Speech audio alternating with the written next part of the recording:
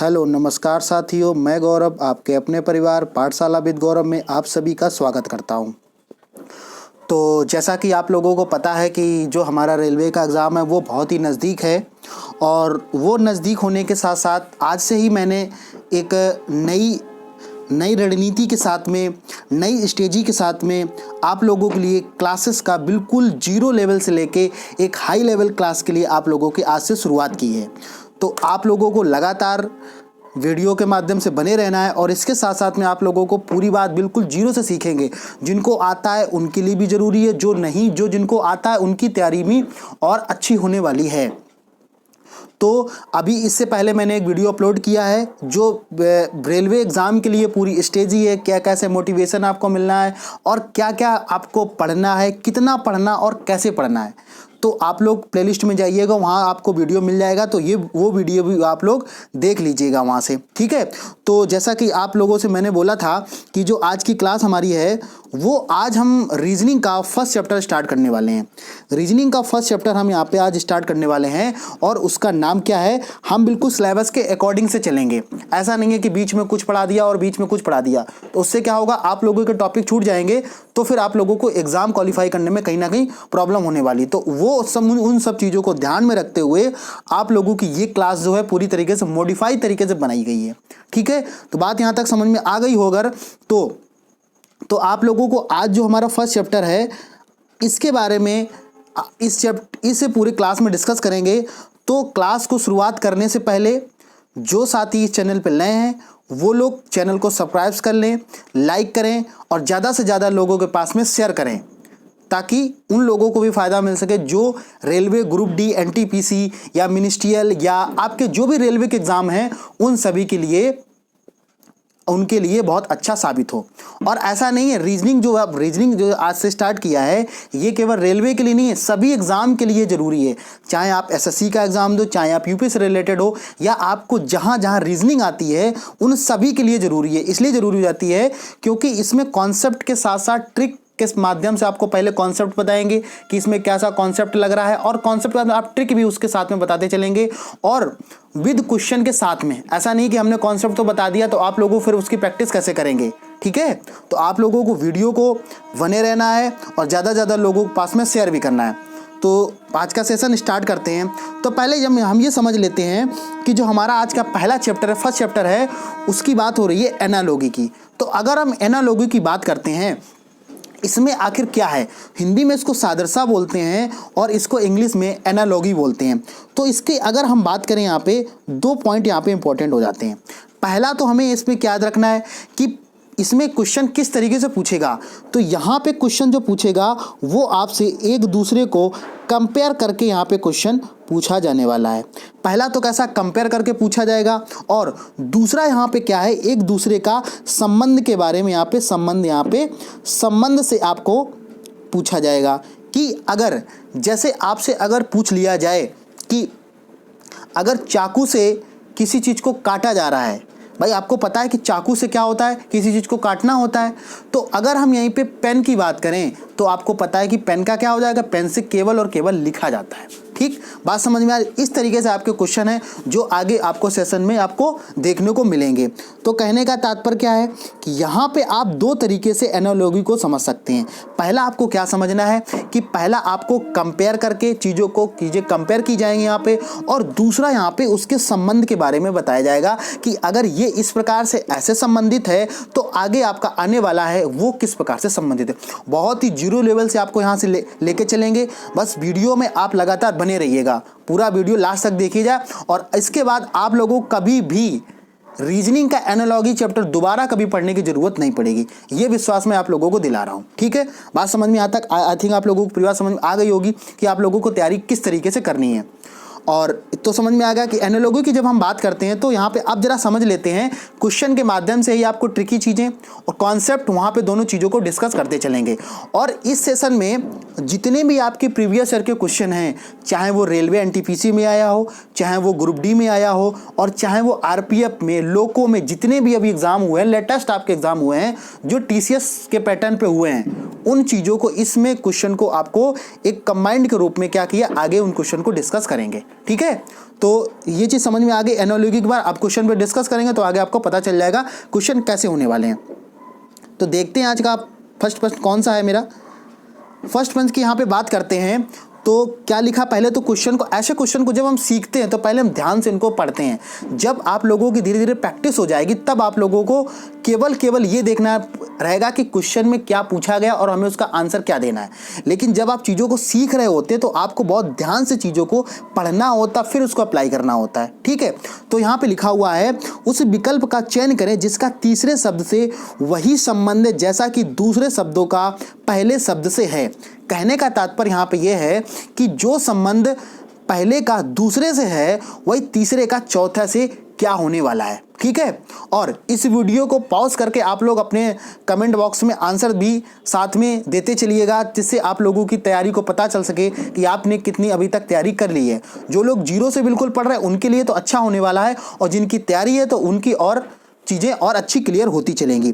तो सबसे पहले नंबर पर यहाँ पर बात हो रही है कि पेट्रोल जो संबंधित है वो कैसे संबंधित, पेट्रोल किससे संबंधित है, गाड़ी से। तो उसी प्रकार से जो बिजली है, बिजली किससे संबंधित है। तो यहाँ पे हम चीज़ों को पहले ध्यान से समझेंगे और समझने के बाद में उसका आंसर करेंगे, क्योंकि अब जो TCS पैटर्न क्वेश्चन ऑप्शन बना रहा है वो बहुत सटीक ऑप्शन बनाता है। आपको पूरी चीज़ें पता होंगी तभी आप क्वेश्चन को कर पाएंगे। तो जैसे आपको पता है कि अगर पेट्रोल की यहाँ पे बात हो रही है तो पेट्रोल किस में यूज किया जाता है, गाड़ी में यूज किया जाता है। ठीक है, अगर यहीं पे हम बात करें बिजली है, बिजली का उपयोग आखिर किस में किया जाता है। तो अगर ऑप्शन की हम बात करें, ऑप्शन पे ऐसे क्वेश्चनों को ऑप्शन से आप डायरेक्ट करिएगा, आप लोगों को ज़्यादा प्रॉब्लम होने वाली नहीं है। तो बताइए माल से मतलब क्या है, जो भी मटेरियल है, तो मटेरियल में तो बिजली यूज नहीं की जाएगी ना। अगर यहाँ पे हम बात करते हैं ऑप्शन सी की अंधेरा, भाई अंधेरे के लिए यूज तो करेंगे हम, अंधेरा दूर हटाने के लिए करेंगे, ना कि उसको चलाने के लिए। बात समझ में आ गई। यहीं पे अगर हम कच्छ की बात करें तो कच्छ का मतलब कच्चा हो गया, तो कच्चा से मतलब नहीं होगा, तो सीधा सीधा ऑप्शन आपका क्या हो जाएगा, वल्व इसका आंसर हो जाएगा। कैसे हो जाएगा, आपको पता है कि जिस तरीके से पेट्रोल का संबंध गाड़ी से है उसी प्रकार बिजली का संबंध कैसे, वल्व से है। क्योंकि बिना जो आपकी गाड़ी है बिना पेट्रोल के नहीं चलेगी, उसी प्रकार से जो बल्ब है वो बिना बिजली के नहीं जलने वाला। ऐसे क्वेश्चन आप लोगों से पूछा जाएगा। तो इसका आंसर क्या हो जाएगा, इसका आंसर बी हो जाएगा, यानी कि इसका आंसर बी हो जाएगा। और ये देखिए ग्रुप डी में क्वेश्चन पूछा गया है, शिफ्ट सेकंड का ये क्वेश्चन है। ठीक है, तो ये भी आप लोगों को याद रखना है। तो पेट्रोल का संबंध गाड़ी से, यानी कि पेट्रोल जो है पेट्रोल के बिना गाड़ी नहीं चलेगी, उसी तरीके से बिजली है, बिजली के बिना आपका बल्ब नहीं जलेगा। ठीक है, आई थिंक आप लोगों को समझ में आ गया होगा। नेक्स्ट देखते हैं, नेक्स्ट क्वेश्चन क्या है। नेक्स्ट क्वेश्चन की यहाँ पे बात हो रही है, तो अब ये पूरा पढ़ने, ऊपर वाला पढ़ने की जरूरत नहीं है आप लोगों को, सीधा डायरेक्ट क्वेश्चन पे डायरेक्ट ऑप्शन और डायरेक्ट आपको आंसर देना है। तो जहाँ पे आपको सेकंड क्वेश्चन की हम बात कर रहे हैं, क्वेश्चन यहाँ पे पूछा गया है कि हरा है रंग, तो सेब का मतलब यहाँ पे क्या है। अब देखो यहाँ पे अगर हम क्वेश्चन को डिस्कस करते हैं तो जिस प्रकार से रंग जो होते हैं, वो रंग की अगर यहाँ पे बात हो रही है तो रंग कैसा होता है, हरा होता है, नीला होता है, पीला होता है, और आपके 7 से 8 कलर होते हैं, उन सभी की यहाँ पे बात हो रही है। अब अगर यहाँ पे हम बात करें आखिर सेब क्या है, भाई हरा पीला अगर हम इसकी बात करें तो ये क्या है, एक तरीके के रंग होते हैं। उसी प्रकार से सेब क्या है, तो अगर ऑप्शन पे हम यहाँ जाते हैं तो जैसे यहाँ पे अगर पहला ऑप्शन दे रखा फल, ठीक है, तो आपको पता है, जाहिर सी बात पता है यहाँ पे कि ऑप्शन क्या होने वाला है, इसका आंसर फर्स्ट हो जाएगा, और इसका क्या हो जाएगा, फल इसका ऑप्शन। अब अगर और भी ऑप्शन हम देख लेंगे, भाई यहाँ पे मिठाई की बात हो रही है तो मिठाई ऑप्शन नहीं होगा, लाल की बात हो रही है तो लाल भी आपका नहीं होगा, और गोल, तो यहाँ पे गोल की बात नहीं हो रही है, क्योंकि यहाँ केवल ये बताया जा रहा कि हरा क्या होता है, रंग होता है, और फल क्या होता है, आपका सेब होता है।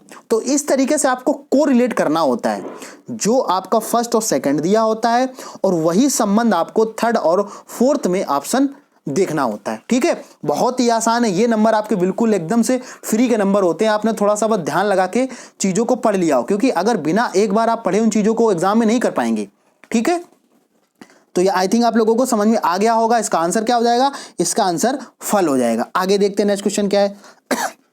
नेक्स्ट क्वेश्चन की हम बात करते हैं, तो जिस प्रकार से भारत की करेंसी क्या है, रुपया है उसी प्रकार से आपको बताना है कि दक्षिण अफ्रीका की यहाँ पे करेंसी क्या हो जाएगी।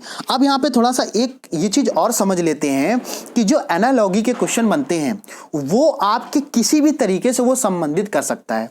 जैसे अगर यहाँ पे इस क्वेश्चन की बात करें, इस क्वेश्चन में पूछा गया है कि भारत में जो करेंसी है वो कौन सी है, रुपया है। उसी प्रकार से दक्षिण अफ्रीका की करेंसी क्या है। तो ये आप जब क्वेश्चन को कर पाएंगे जब आपको जितनी करेंसी है और जितनी चीजें, जीएस का भी इसमें पैटर्न पूछ लिया जाता है। अब ये क्वेश्चन अगर बात करें तो जीएस का क्वेश्चन हो गया ना, यहाँ पे रीजनिंग के साथ साथ में यहाँ पे जीएस का काम यहाँ पे है, ठीक है। तो आप ये मत समझिए कि हमने अगर जीएस पढ़ लिया तो रीजनिंग में काम नहीं आने वाला है। तो यहाँ से आप क्वेश्चन यहाँ पे तैयार कर सकते हैं। तो यहाँ पे देखते हैं जरा, भारत का संबंध रुपया से, यानी भारत की करेंसी क्या हो जाएगी, रुपया हो जाएगी। इसी तरीके से अगर यहाँ पे हम दक्षिण अफ्रीका की बात करें तो यहाँ पे इसकी करेंसी क्या होती है, रैंड इसकी करेंसी यहाँ पे हो जाती है। ये भी आप लोगों को पता होना चाहिए, ठीक है। बात समझ में आ गई। तो भारत की करेंसी क्या हो जाएगी, रुपया हो जाएगी, और दक्षिण अफ्रीका की करेंसी क्या हो जाएगी, रैंड हो जाएगी, ठीक। और ये देखो एनटीपीसी का क्वेश्चन है, 2016 जो एग्जाम हुआ था तब ये क्वेश्चन आया हुआ है, ठीक है। आगे देखते हैं, नेक्स्ट क्वेश्चन की हम बात करते हैं। नेक्स्ट क्वेश्चन है कि जल का संबंध समुद्र से है तो बर्फ का संबंध किससे है। अब देखो यहां पे समझते हैं, अगर इस क्वेश्चन की हम बात करते हैं तो जल से पूछा जा रहा कि जल, आप ऐसे दिमाग लगाओ कि अगर जल है समुद्र में केवल और केवल क्या होगा, जल होगा। तो आपको यह बताना है कि बर्फ कहां पे आपको मिलने वाली है। भाई समुद्र में क्या मिलेगा, जल मिलेगा। भाई सबसे ज्यादा जल कहां पे होगा, समुद्र की बात हो रही है। तो बर्फ, अब बर्फ की अगर बात करें तो आप बर्फ, ये उसमें अगर ऑप्शन फ्रीज दिया तो फ्रीज मत लगा दीजिएगा, फ्रीज इसका आंसर नहीं होगा, ठीक है। नहीं तो आप लोग कहीं ये दिमाग लगा लो कि बर्फ तो ऐसा है कि हमारे घर में फ्रिज में भी बन जाती है, तो वो ऑप्शन नहीं होगा। पहले तो ऑप्शन नहीं दिया है, लेकिन आप लोगों को ये भी ध्यान रखना है, ऐसा भी क्वेश्चन आपसे पूछ लिया जाएगा। क्योंकि आपको ये देखना है कि जल का संबंध आपसे केवल समुद्र से पूछ रहा है। सबसे ज्यादा अगर आपको जल मिलेगा तो कहाँ मिलेगा, वो समुद्र में मिलेगा, यानी कि सी में मिलेगा। उसी तरीके से अगर बर्फ की बात हो रही है तो बर्फ आपकी कहाँ पे मिलने वाली है। तो जरा ऑप्शन है देख लेते हैं। भाई अगर बर्फ की बात करें तो बर्फ सबसे ज्यादा पहाड़ पे, कोई मतलब नहीं होगा। अगर सेकंड नंबर की बात करें, बी ऑप्शन हिमनद हो जाएगा। इसका आंसर क्या हो जाएगा, सही आंसर हिमनद इसका आंसर हो जाएगा। हिम का मतलब होता है कि जो जहाँ पे हिम बर्फबारी होती है, तो वहां सबसे ज्यादा हिमनद का मतलब जहां पे सबसे ज्यादा बर्फबारी होती है, तो कहां पे, हिमनद इसका आंसर होने वाला। ओलावृष्टि की अगर बात करते हैं, ओलावृष्टि भी इसका आंसर नहीं होगा। ओलावृष्टि का मतलब जो आपके ओले बरसात के टाइम पे ओले गिरते हैं तो यहाँ भी इसका आंसर नहीं होगा। चोटी भी इसका आंसर नहीं होगा। तो इसका सही आंसर क्या हो जाएगा, हिमनद इसका सही आंसर हो जाएगा। मैंने आपको पहले बताया क्वेश्चन को कोरिलेट करना होता है। ऐसा नहीं आपके ऑप्शन जो दिए होंगे बहुत सटीक आंसर, बहुत सिमिलर आंसर दिए होंगे, तो आप जब तक उन चीजों को पहले वाले का संबंध दूसरे से किस तरीके से यहाँ पे संबंध कर रहा है, उसी तरीके से आपको थर्ड से फोर्थ वाले को संबंध करना होता है, ठीक है। तो जल का संबंध कहाँ से दे रखा है, समुद्र से दे रखा है। उसी तरीके से बर्फ का संबंध किससे, हिमनद से यहाँ पे हो जाएगा। और ये एनटीपीसी 2017 में क्वेश्चन पूछा गया है, ठीक है। आगे देखते हैं नेक्स्ट क्वेश्चन क्या है। नेक्स्ट क्वेश्चन की हम बात करते हैं। तो जिस प्रकार से गेंद को फेंका जाता है, भाई अगर गेंद है, गेंद का क्या काम है, अगर गेंद है कि गेंद से खेला जाता हो, लेकिन यहाँ पे खेलने से मतलब नहीं दे रखा है। यहाँ पे कह रहा है कि जिस प्रकार से गेंद को फेंका जाता है उसी प्रकार से ये जो ऑप्शन दिए गए हैं इनमें कौन सा सही आंसर होगा। यहाँ पे बात करें समरूप जोड़ी की, ठीक है। तो जरा इसका ऑप्शन देख लेते हैं कौन कौन से हो जाएगा। देखो पहला अगर ऑप्शन की हम बात करते हैं, पहला तो आपका बिल्कुल ही गलत होने वाला। क्यों, कुत्ता और थपथपाना एक दूसरे से किसी प्रकार से संबंधित नहीं है। लेकिन अगर सेकंड नंबर की हम बात करें, हॉकी और गेंद, तो हॉकी और गेंद का भी कोई संबंध नहीं बन रहा है। भाई हॉकी अलग है, गेंद अलग है, तो ये दोनों भी क्या हो जाएंगे, ये ऑप्शन भी गलत हो जाएगा। लेकिन अगर तीसरे की हम बात करें, गेंद और बल्ला, भाई गेंद और बल्ला का एक दूसरे के अपोजिट है, गेंद अलग है और बल्ला अलग है, ठीक है। तो ये भी ऑप्शन क्या हो जाएगा आपका, नहीं होने वाला है। लेकिन जब हम डी ऑप्शन के पास पहुंचते हैं तो डी ऑप्शन में क्या दे रखा है कि फुटबॉल से आपको किक मारा जाता है। मतलब गेंद को जिस तरीके से फेंका जाता है उसी तरीके से फुटबॉल से आपको किक मार के क्या हो जाता है, खेला जाता है। भाई गेंद आप जब क्रिकेट देखते हो तो क्रिकेट में आप क्या करते हो, बॉलिंग करते हो, गेंद फेंकी जाती है ना। लेकिन अगर हम फुटबॉल की बात करें, फुटबॉल को जब खेला जाता है तो फुटबॉल कैसे, किक मार के, यानी कि पैर से मार के उसको खेला जाता है। तो इसका राइट आंसर क्या हो जाएगा, इसका राइट आंसर होने वाला है फुटबॉल किक करना, यानी ऑप्शन क्या हो जाएगा, डी हो जाएगा। आप लोग साथ साथ में आंसर देते चलिएगा और एक कॉपी पेन लेके रखिए ताकि आप लोगों को उन चीज़ों को जो मैं बीच बीच में बता रहा हूं उन चीज़ों को भी आप साथ में नोट करते चलें। इससे क्या हो, आप लोगों को फिर कभी दोबारा से रीजनिंग पढ़ने की जरूरत एनालॉजी तो फिर दोबारा से पढ़ने की जरूरत नहीं पड़ेगी। ये ओनली कॉन्सेप्ट बेस्ड चैप्टर होता है, जो आपको अगर कॉन्सेप्ट क्लियर है तो आपके नंबर बिल्कुल फ्री के होने वाले हैं, ठीक है। हाँ, और जो टारगेट इस बैच को लाने का टारगेट है कि आपका रीजनिंग में 30 में 30 नंबर लाने का टारगेट यहाँ पे रखा गया है, ठीक है। कम समय में अच्छी तैयारी के साथ में, बिल्कुल कॉन्सेप्ट के साथ में, कॉन्सेप्ट जहाँ ट्रिक होगा वहाँ ट्रिकी भी बताऊंगा और उन चीज़ों को पूरे डिटेल में जहाँ पे बताने के लायक होगा उस चीज़ को से डिस्कस किया जाएगा, ठीक है। आगे देखते हैं नेक्स्ट क्वेश्चन की हम बात करते हैं। नेक्स्ट क्वेश्चन है कि जिस प्रकार से न्यूनतम और अधिकतम यहाँ पे संबंधित हैं, मैंने आपको पहले ही बताया था यहाँ पे संबंध या संबंध से रिलेटेड ज़्यादा क्वेश्चन पूछ जाते हैं। जिस प्रकार से न्यूनतम और अधिकतम की यहाँ पे बात हो रही है, यानी कि यहाँ पे क्या मिनिमम और मैक्सिमम की बात हो रही है, कम और ज़्यादा की बात हो रही है, ठीक है। बात समझ में आ गया। तो न्यूनतम यानी कि सबसे लो और सबसे अधिकतम यानी कि सबसे हाईएस्ट। यहाँ पे उस क्वेश्चन के पैटर्न को हम समझना होता है, क्योंकि आपके सटीक आंसर बिल्कुल दिए होते हैं। आपने थोड़ा सा हड़बड़ी में अगर क्वेश्चन को किया तो आप गलत टिक करके वहाँ पे आएंगे, तो ये भी सावधानी आप लोगों को रखना है। तो न्यूनतम का जिस प्रकार से संबंधन, न्यूनतम संबंधित किससे, अधिकतम से है, उसी प्रकार से अगर हम ऑप्शन फर्स्ट देखते हैं तो पहला ऑप्शन क्या है, सबसे खराब और सबसे अच्छा। भाई सबसे खराब बिल्कुल लो हो गया और सबसे अच्छा यानी गुड क्वालिटी की बात हो रही, तो कहीं ना कहीं इसका ऑप्शन क्या हो जाएगा, ए इसका राइट आंसर हो जाएगा। अगर हम ऑप्शन सभी ऑप्शन को देखेंगे पहले, क्योंकि आप अभी सीख रहे हैं बिल्कुल, तो अगर सेकंड ऑप्शन की बात करते हैं, सेकंड ऑप्शन कैसे गलत हो जाएगा भी समझ लेते हैं। खुश और प्रसन्न, भाई दोनों एक चीज़ हैं, और जबकि न्यूनतम और अधिकतम कैसी, दोनों एक दूसरे के अपोजिट हैं। तो यहाँ पे खुश और प्रसन्न कैसे हैं, एक ही हैं, तो ये सिमिलर हो जाएगा। इसका आंसर ये खुश होना पसंद नहीं होगा। पहला और दूसरा, तो पहला और दूसरा एक क्रम की बात हो रही, भाई क्रम की बात तो यहाँ पे की नहीं है, क्यों, एक लोअर और एक हाईएस्ट की बात हो रही, तो आपका थर्ड ऑप्शन भी गलत हो जाएगा। इसके बाद में दुखी और क्रोधित, ये भी कैसे सिमिलर हैं, भाई दुख होगा तो वो क्रोधित भी हो सकता है, तो ये भी ऑप्शन क्या हो जाएगा, गलत हो जाएगा, ठीक है। और ये क्वेश्चन आपका NTPC 2016 में पूछा गया है। तो जितने इंपॉर्टेंट फैक्ट हैं उन सभी फैक्ट को मैं साथ साथ में क्वेश्चन के साथ में बताता चलूंगा, जिससे कि आप लोगों की तैयारी बहुत और अच्छी हो सके, ठीक है। तो आई थिंक समझ में आ गया होगा। न्यूनतम का संबंध जिस प्रकार से अधिकतम थे, उसी प्रकार से सबसे खराब और सबसे अच्छा इसका राइट आंसर हो जाएगा, ठीक है। आगे देखते हैं नेक्स्ट क्वेश्चन में क्या है। नेक्स्ट क्वेश्चन है कि माता संबंधित है बच्चे से, उसी प्रकार बादल का संबंध आखिर किससे। तो देखो यहाँ पे समझते हैं, बहुत अच्छा क्वेश्चन यहाँ पे पूछा है, और जो ऑप्शन बनाए बिल्कुल सटीक ऑप्शन बनाए, बिल्कुल बहुत करीबी ऑप्शन बनाए हैं, ठीक है। समझते हैं जरा। तो यहाँ पे आपको क्या समझना है कि अगर यहाँ पे बात करते हैं माता की, तो यहाँ पे बात हो रही है माता की, माता जो संबंधित किससे, बच्चे से, ठीक है। यानी कहने का तात्पर्य है माता संबंधित है बच्चे से, यानी बच्चे का अगर हम उद्गम की बात करें, ठीक है, बच्चा जो है, बच्चा किससे संबंधित है, माता से। भाई बच्चा अगर पैदा होता है या तो वो किससे संबंधित है, माता से यानी कि संबंधित है।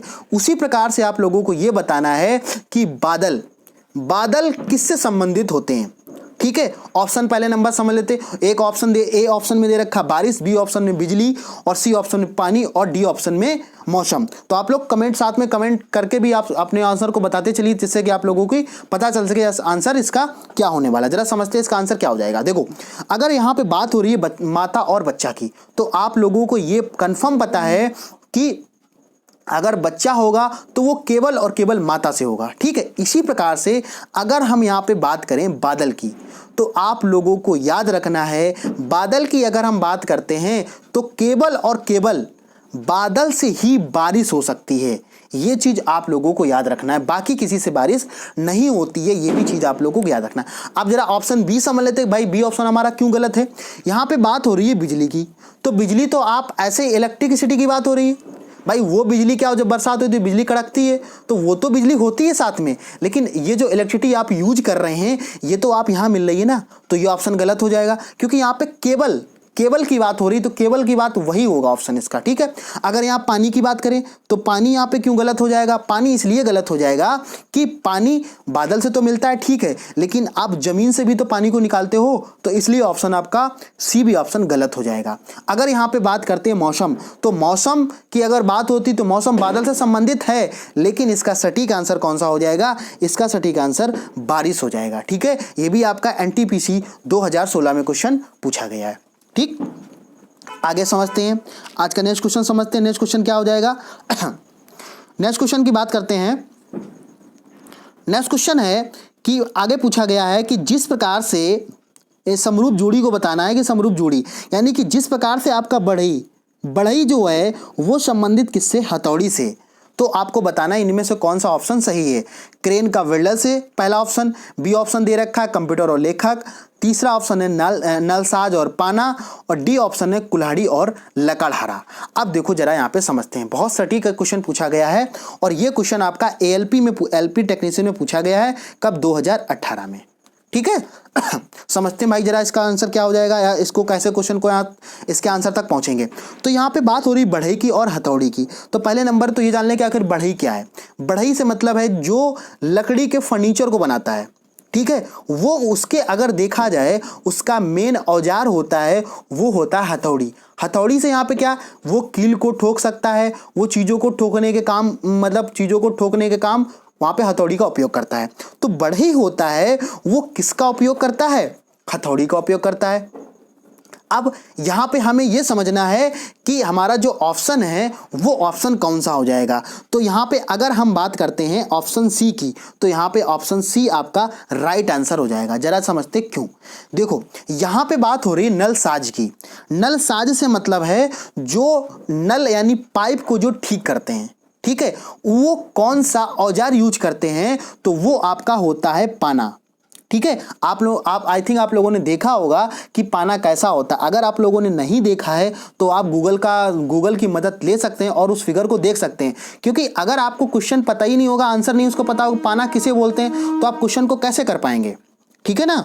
हाँ, तो अगर आपको जो चीज़ नहीं पता है तो उसकी आप इंग्लिश और हिंदी दोनों के साथ साथ में आप गूगल का सहारा लेके उसकी विद फोटो सहित उसको देखिएगा, ठीक है। पाना एक तरीके का रिंच होता है, ठीक है, जिससे क्या होता है कि आप पेज को कस सकते हो, तो वो चीज़ यहाँ पे हो जाएगी। तो नलसाज से मतलब यहाँ पे क्या है, जो यानी कि जो नल और पाइप को ठीक करने वाला होता है वो पाना का यूज करता है औजार के रूप में, ठीक है। इसलिए हमारा आंसर ये सही हो जाएगा। अब अगर यहाँ पे हम देख लेते हैं हमारा ए ऑप्शन क्यों गलत हुआ है, तो यहाँ पे बात हो रही है क्रेन वेल्डर की। ये ऑप्शन सही हो सकता था, लेकिन यहाँ पे गलत क्यों हो गया? क्योंकि यहाँ पे उल्टा दे रखा है। भाई वेल्डर की बात हो रही है तो वेल्डर यहाँ पे अगर आगे दिया होता और क्रेन बाद में दिया होता तो ये आंसर सही हो सकता था। क्यों? क्योंकि वेल्डर जो है वो क्रेन को यूज करते हैं भाई घर और मकान को बनाने के लिए, तो ये ऑप्शन सही हो सकता था। लेकिन कब? जब ये उल्टा लिखा होता, क्रेन की जगह वेल्डर और वेल्डर की जगह क्रेन लिखा होता, तो ये सही हो जाता। अब अगर ऑप्शन बी की बात करते, ये क्यों गलत है? ये इसलिए गलत है क्योंकि कंप्यूटर का संबंध लेखक से किसी प्रकार से नहीं है, ठीक है। भाई लेखक का अगर संबंध होगा तो वो लेखनी संबंधित तो कविता लिखेगा, पोएम से लिखेगा, कंप्यूटर से कोई तात्पर्य नहीं है, तो वो भी ऑप्शन गलत हो जाएगा। यहाँ पे अगर हम बात करते हैं कुल्हाड़ी और लकड़हारा की, तो कुल्हाड़ी और लकड़हारा जो होता है ये काटने के काम आता है, ठीक है, तो ये भी आपका ऑप्शन गलत हो जाएगा, ठीक है। आई थिंक आप लोगों को पूरी बात समझ में आ गई होगी। और इस चैप्टर को 2 पार्टों में हम पूरा करेंगे। पहला आज पार्ट का कंप्लीट हो जाएगा, जो और इसके इंपॉर्टेंट जो आपके टाइप्स हैं उनको उस सेकंड क्लास में उसको डिस्कस करेंगे उसमें। तो आप सेकंड क्लास में भी आप लोग उस क्लास को पूरे देखिएगा, क्योंकि आप ये क्लास जो है रेलवे के साथ साथ एसएससी है या जो भी एग्जाम, जितने भी आपके एग्जाम में रीजनिंग आती है उस सभी के लिए इंपॉर्टेंट है और बिल्कुल बेसिक से है, basic with concept with question के साथ में, ठीक। आगे देखते हैं नेक्स्ट क्वेश्चन क्या है। नेक्स्ट क्वेश्चन की यहाँ पे बात करते हैं। तो नेक्स्ट क्वेश्चन यहाँ पे पूछा गया है कि चाक जिस प्रकार से संबंधित है ब्लैक बोर्ड से, ठीक है, यहाँ पे पूछा है चाक संबंधित है ब्लैक बोर्ड से, उसी प्रकार हमें बताइए कि हमारे ऑप्शन कौन सा सही सटीक आंसर हो जाएगा। तो जरा ऑप्शन देख लेते हैं। ए ऑप्शन दे रखा है दरवाजा और हैंडल, दूसरा ऑप्शन दे रखा है स्याही और कागज, सी ऑप्शन दे रखा है टाइप और पेंट, और डी ऑप्शन दे रखा है टेबल और कुर्सी। तो यहाँ पे अगर समझते हैं, आप लोगों को पता होगा कि ब्लैक बोर्ड पर किससे लिखा जाता है? चाक से लिखा जाता है। ठीक है पता है आपको ना, ब्लैक बोर्ड से, यानी ब्लैक बोर्ड पे जब अब तो क्या है ना कि आपको वाइट बोर्ड आ गए तो आप मार्कर से लिख देते हो, लेकिन पहले जो जहाँ पे अभी भी बोर्ड इस तरीके के नहीं है वहाँ पे चाक से लिखा जाता है, यानी चाक का मतलब है खड़िया से है।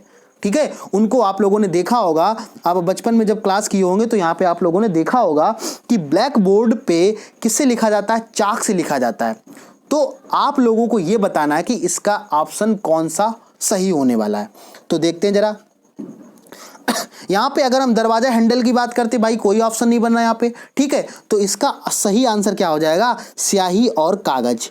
कहने का तात्पर्य क्या है कि कागज पर स्याही से लिखा जाता है। ठीक है, बात समझ में आ गई, कागज पर किससे लिखा जाता है, स्याही से लिखा जाता है। इसका सटीक आंसर क्या हो जाएगा, सी, बी ऑप्शन इसका सही हो जाएगा। क्या, स्याही और कागज इसका सही आंसर हो जाएगा। आगे देखते हैं नेक्स्ट क्वेश्चन क्या है।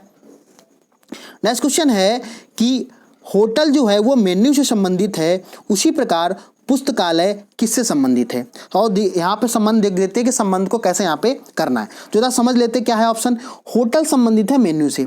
यहाँ पे मेन्यू से तात्पर्य ये है कि जो वहाँ पे सूची होती है व्यंजन की। ठीक है भाई, मेन्यू क्या होती है, जैसे आप अपने मोबाइल को जब चलाते तो वहाँ मेन्यू आता है कि वहाँ पे ये ऐप पड़ा हुआ है, यहाँ पे ये है। तो एक मेन्यू का मतलब एक पूरा एक लिस्ट होती है। ठीक है, तो होटल में जब आप जाएंगे खाने के लिए तो आपको वो लिस्ट देगा कि यहाँ पे ये चीज़ उपलब्ध है और इन चीज़ों में आपको किसको सेलेक्ट करना है। ठीक है, तो मेन्यू से तात्पर्य यहाँ पे क्या हो जाएगा, सूची से हो जाएगा, यानी कि लिस्ट से हो जाएगा। तो होटल में आपको जब जाएंगे तो एक लिस्ट देखने को मिलेगी। उसी तरीके से अगर आप पुस्तकालय में जाते हैं तो वहाँ जो लिस्ट देखने को मिलेगी वहाँ क्या उसको बोलते हैं, यहाँ पे ये क्वेश्चन पूछा गया है। तो जरा समझ लेते हैं इसको क्या हो जाएगा इसका आंसर। तो यहाँ पे अगर बात की गई है, देखो पुस्तकालय अध्यक्ष तो होगा नहीं। ठीक है, तो अगर यहाँ पे होटल का मैनेजर दिया होता तो यहाँ पे आंसर आपका पुस्तकालय अध्यक्ष सही हो जाता, लेकिन यहाँ पे होटल का लिस्ट से पूछा गया तो पुस्तकालय का संबंध किताब से नहीं होगा। ठीक है, अगर होटल का संबंध यहाँ पे भोजन से होता तो फिर आपका ऑप्शन किताब सही हो जाता, लेकिन यहाँ पे ये नहीं होगा। सेल्फ तो बिल्कुल होने वाला नहीं है। और अगर हम डी ऑप्शन के पास पहुँचते हैं तो हमारा डी ऑप्शन क्या हो जाएगा, कैटलॉग हो जाएगा। यानी कि जो पुस्तकालय में सूची बनी होती है उसको क्या बोला जाता है, उसको कैटलॉग बोला जाता है। ठीक है, आई थिंक आप लोगों को समझ में आ गया होगा। ठीक, होटल जिस प्रकार मेन्यू संबंधित है उसी प्रकार पुस्तकालय में जो लिस्ट बनी होती है उसको कैटलॉग बोलते हैं। ये क्वेश्चन अभी आपका हाल ही में आया हुआ है, आरआरबी जेईई में आया है 2019 में शिफ्ट 3 में। ठीक, आगे देखते हैं नेक्स्ट क्वेश्चन क्या है। नेक्स्ट क्वेश्चन की यहाँ पे बात करते हैं कि हैजा संबंधित है पानी से। हैजा संबंधित है पानी से, उसी प्रकार जो ऑप्शन दिए हैं इसमें कौन सा आपका सही आंसर होगा। तो ऑप्शन ए दे रखा है मलेरिया मच्छर से, बिल्ली प्लेग से, जहर मौत से और दवा रोग से। तो जरा इस क्वेश्चन को समझते हैं कि इसका आंसर कौन सा हो जाएगा सही। तो यहाँ पे जरा देखते हैं कि यहाँ पे बात हो रही हैजा, यानी हैजा जो बीमारी है यहाँ पे बात हो रही है बीमारी की। यहाँ पे हैजा है, हैजा संबंधित किससे, पानी से। यानी कि जो हैजा बीमारी, हैजा डिसीज़ है, ये पानी की यानी कि पानी में जो अशुद्धियाँ होती हैं उसकी वजह से क्या आपकी हैजा बीमारी हो जाती है। उसी तरीके से हमें ये बताना है कि हमारा सही आंसर कौन सा होने वाला है। तो इसका सही आंसर हो जाएगा ए, मलेरिया मच्छर से। क्यों, क्योंकि आपके जो मलेरिया है वो किससे होता है, मच्छर के काटने से यहाँ पे हो जाता है। तो आपका सटीक आंसर, सही आंसर क्या हो जाएगा, मलेरिया मच्छर से सही आंसर हो जाएगा। यहीं पे आप देख लेते भाई बी ऑप्शन हमारा क्यों गलत है। जब तक आप उन चीज़ों को डिस्कस नहीं करेंगे, ऑप्शन को आप गलत करना नहीं सीखेंगे, तब तक आपकी रीजनिंग या कोई भी चैप्टर हो आप सही नहीं कर सकते हैं। आपको ये पता होना चाहिए आखिर ये ऑप्शन गलत क्यों है, तब आप सटीक के और सही ऑप्शन के बहुत करीब होंगे। ठीक है, देखते हैं जरा। यहाँ पे बात हो रही है बिल्ली और प्लेग की। तो ये ऑप्शन गलत क्यों है, क्योंकि आपको पता है प्लेग बीमारी जो होती है ये चूहों से फैलती है। किससे फैलती है, चूहों से। तो आप लोगों को ये भी याद रखना है कि ये बीमारी किससे फैलती है, चूहों से बीमारी ये फैलती है। तो हो सकता है इस बार ये पूछा है कि हैजा पानी से संबंधित है, तो अगली बार पूछ लेगा कि चूहे, यानी कि इसमें से कौन सा चूहा प्लेग दे रखा, तो इसका आंसर क्या हो जाएगा, चूहा प्लेग हो सकता है। लेकिन यहाँ पे हमारा ऑप्शन, क्योंकि यहाँ बिल्ली दे रखा है तो ऑप्शन ये गलत होगा। ठीक है, लेकिन सही आंसर क्या हो सकता था, अगर चूहा प्लेग दे रखा होता तो आंसर सही सही हो जाता। जहर मौत से कोई मतलब नहीं है, ये ऑप्शन पहली गलत हो गया। दवा रोग से कोई मतलब नहीं, ये भी ऑप्शन पहले गलत हो गया। ठीक है, आई थिंक आप लोगों को पूरी बात समझ में आ गई होगी। आगे देखते हैं नेक्स्ट क्वेश्चन क्या है।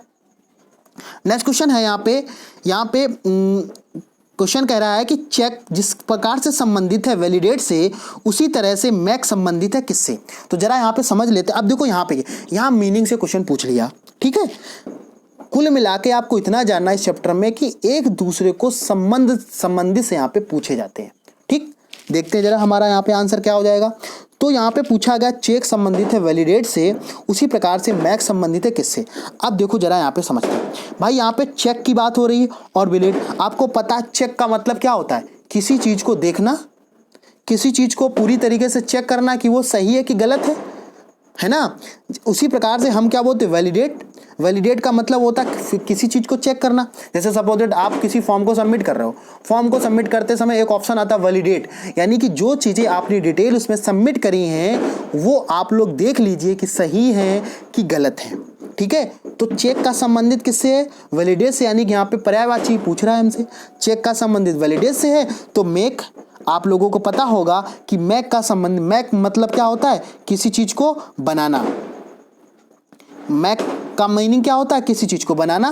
तो ऑप्शन देख लेते हैं। पहला ऑप्शन दे रखा क्रिएट, दूसरा ऑप्शन लेट और तीसरा ऑप्शन प्रोटेक्ट, चौथा हो जाएगा ग्रो। ठीक है, तो बनाने से मतलब सीधा सा मतलब क्रिएट की बात हो रही है, तो ऑप्शन क्या हो जाएगा आपका ए ऑप्शन यहाँ पे सही हो जाएगा। और ये क्वेश्चन पूछा गया आरपीएफ कांस्टेबल 2019 में।